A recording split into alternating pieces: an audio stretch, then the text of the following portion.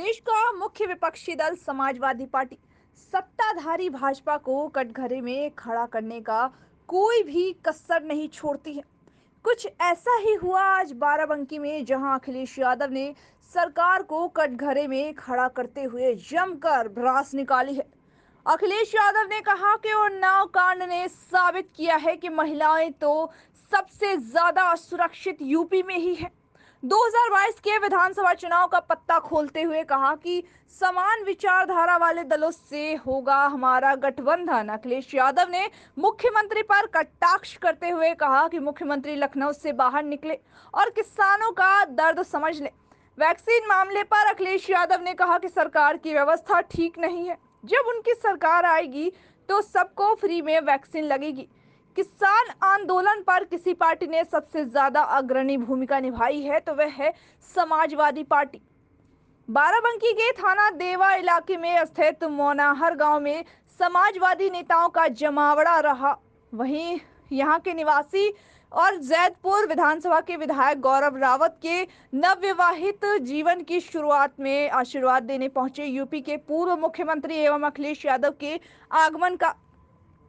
इस दौरान अखिलेश यादव ने कहा कि नहुत काम लोगों को सौभाग्य प्राप्त होता है कि पहले वह विधायक बने और फिर उसकी शादी हो, इसलिए वह विधायक गौरव रावत को नए जीवन के आरंभ पर बधाई देते हैं।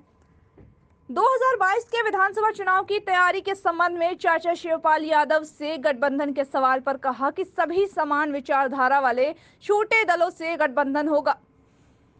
वितरण के बारे में कहा, कई सरकार जो दवा वितरित कर रही है उतना इम्प्लीमेंट कर नहीं रही। यहाँ किसी ने भी वैक्सीन नहीं लगवाई। जब उनकी सरकार आएगी तो सबको फ्री में वैक्सीन लगवाई जाएगी। किसान आंदोलन पर अखिलेश यादव ने कहा कि इस आंदोलन में किसी दल ने सबसे ज्यादा अग्रणी भूमिका निभाई है तो वह है समाजवादी पार्टी, और इसीलिए सबसे ज्यादा मुकदमे सरकार ने समाजवादी पार्टियों पर ही लगाए हैं। वहीं उन्नाव कांड पर अखिलेश यादव ने कहा कि अब नए नए विषय आ रहे हैं, लेकिन इस घटना ने यह साबित किया है कि सबसे ज्यादा महिलाएं कहीं असुरक्षित हैं तो वह उत्तर प्रदेश में ही है।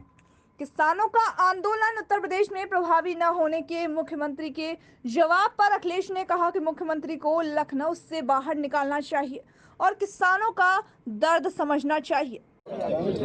और ये कम लोगों को सौभाग्य प्राप्त होता है कि वो विधायक बन जाएं और उसके बाद उनकी शादी हो। ऐसे कम लोग होते हैं, इसलिए मैं विधायक जी को उनके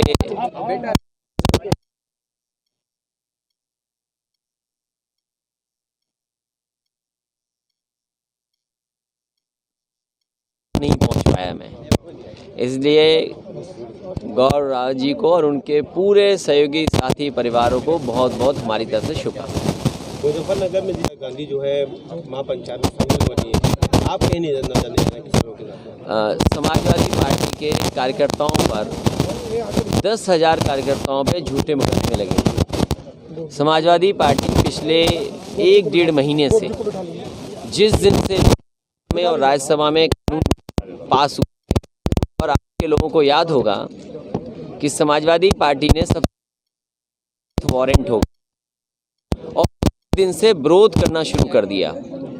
गांव-गांव समाजवादी पार्टी किसान घेरा के माध्यम से पहुंची, समाजवादी पार्टी युवा घेराव के माध्यम से पहुंची और महिलाओं का भी घेरा कर करके उसके बाद किसान यात्रा निकाली। लगातार किसान यात्राएं निकली हैं और अभी 26 जनवरी को जहां दिल्ली में किसान अपनी बात को कहना चाहते थे और उन्होंने ट्रैक्टर परेड निकाली। आप पूरे उत्तर प्रदेश में जानकारी कर लें, कोई समाजवादी पार्टी का नेता कार्यकर्ता नहीं बचा होगा जिसने ट्रैक्टर के साथ यात्रा न की हो। अगर दिल्ली में ट्रैक्टर रैली हुई, उसके बाद अगर कहीं सबसे बड़ी ट्रैक्टर रैली हुई है तो उत्तर प्रदेश में समाजवादी साथियों ने की है। और इस सरकार ने कोई नेता नहीं बचा होगा जिसको नज़रबंद समय समय पर न किया हो, मुकदमे न लगाए हों। 10,000 समाजवादी पार्टी के कार्यकर्ता हैं जिन पर मुकदमे दर्ज हुए इसी किसान आंदोलन के दौरान, किसान यात्राओं के दौरान। हम खुद जब किसान यात्रा में जाना चाहते थे, हमारे घर पर पूरी पुलिस रही, जाने नहीं दिया। मुकदमा हम पे भी दर्ज है। ये समाजवादी पार्टी किसानों की पार्टी है। यहाँ जितने आप पर बैठे हैं सबके खेत हैं। हमारे गौरव, तुम पे भी खेत होंगे? पिताजी के नाम है, लेकिन ये विधायक बन गए।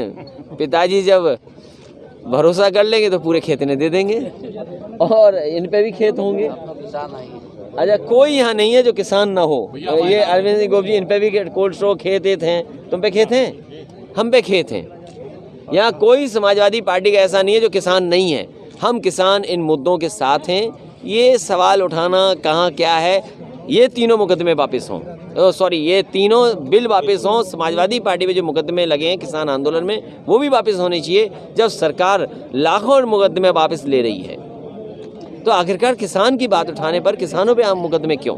और अभी अब वो जांच पूरी हो जाए। लेकिन एक बात मैं कह सकता हूँ, ये विषय जरूर दूसरी तरीके का आ रहा है सामने कि जहर से या कोई पारिवारिक मामला था या कोई परिचित ने ऐसी घटना घटी है। लेकिन महिलाएं सबसे ज़्यादा असुरक्षित अगर कहीं हैं तो यूपी में। चलिए, धन्यवाद। ठीक है। ये है कि समाजवादी सरकार आ रही है। क्या इंडिपेंडेंट लड़ेंगे किसी के साथ? जो छोटे दल हैं, समान विचारधारा के, उनको साथ लेकर के कोई ना कोई रास्ता निकालेंगे। शिवपाल जी रहेंगे, शिवपाल जी के साथ। जो समाजवादी पार्टी के गठबंधन में आना चाहता है, सबका स्वागत है। अखिलेश जी, कहा जाता था कि हरियाणा और पंजाब के किसान आंदोलन कर रहे हैं, यूपी में कहीं भी किसान खुश है, यूपी में कहीं कोई आंदोलन नहीं। लेकिन जिस तरह टिकैत की महापंचायत लग रही है, क्या मानना है आपको, यूपी में भी किसान नाराज है? किसान दुखी है, नाराज है, और जो कानून आए हैं उनसे खेती बर्बाद हो जाएगी, किसान बर्बाद हो जाएगा। इसलिए पूरा उत्तर प्रदेश और देश का किसान ये कानून नहीं चाहता है। यूपी में आप मंच साझा करेंगे किसानों का आंदोलन का? समाजवादी पार्टी पूरी किसान पार्टी है। हम खुद किसान हैं, हम पे खुद खेती है। ये पार्टी समाजवादी जरूर है, लेकिन किसानों की पार्टी है। कोई ऐसा कार्यकर्ता नेता नहीं है जिसपे खेत ना हो। क्यों खेत है तुम पे?